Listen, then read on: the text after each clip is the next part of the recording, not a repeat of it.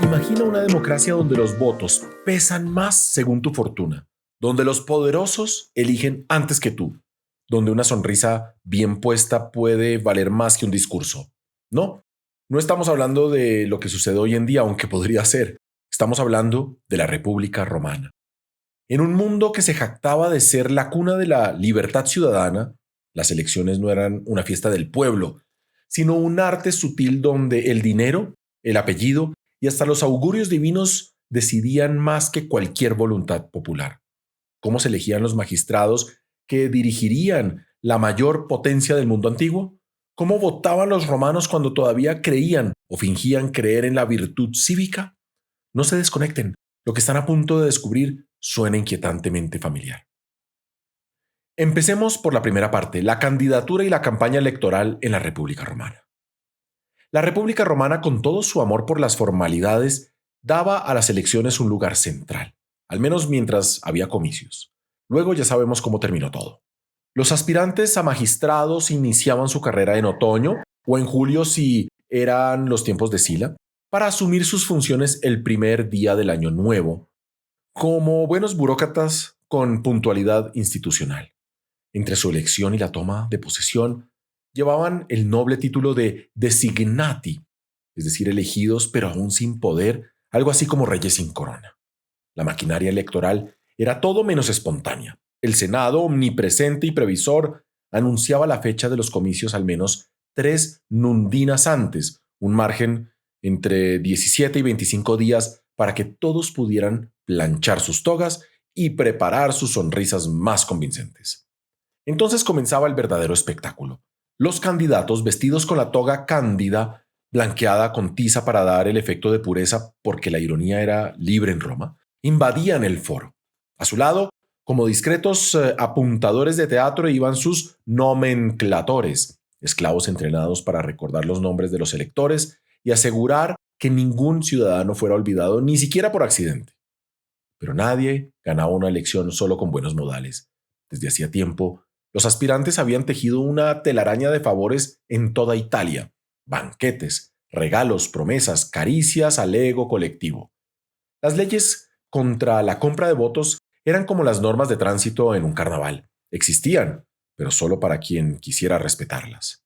Incluso la publicidad callejera, sí, la propaganda política en los muros, era parte del paisaje romano, porque después de todo la ambición necesita su escaparate.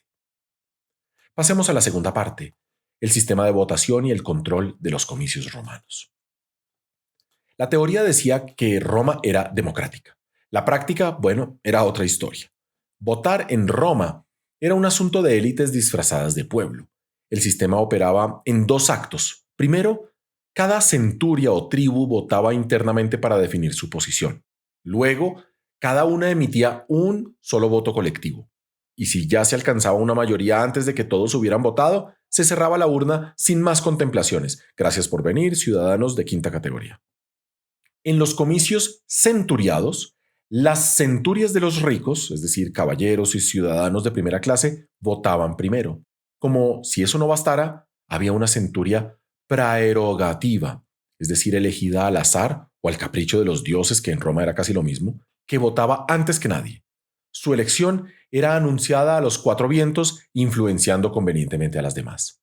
El resultado era que si eras pobre, ni tus dioses ni tus votos pesaban gran cosa.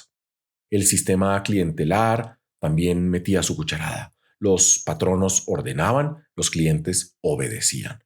El voto secreto, esa tímida garantía de libertad, apenas llegó en el año 139 a.C., y antes de eso votar era un acto público y bastante vigilado. En los comicios tributos, el principio era el mismo: un voto por tribu. Pero claro, votar implicaba trasladarse hasta Roma, y si eras pobre y vivías en la quinta provincia, mala suerte.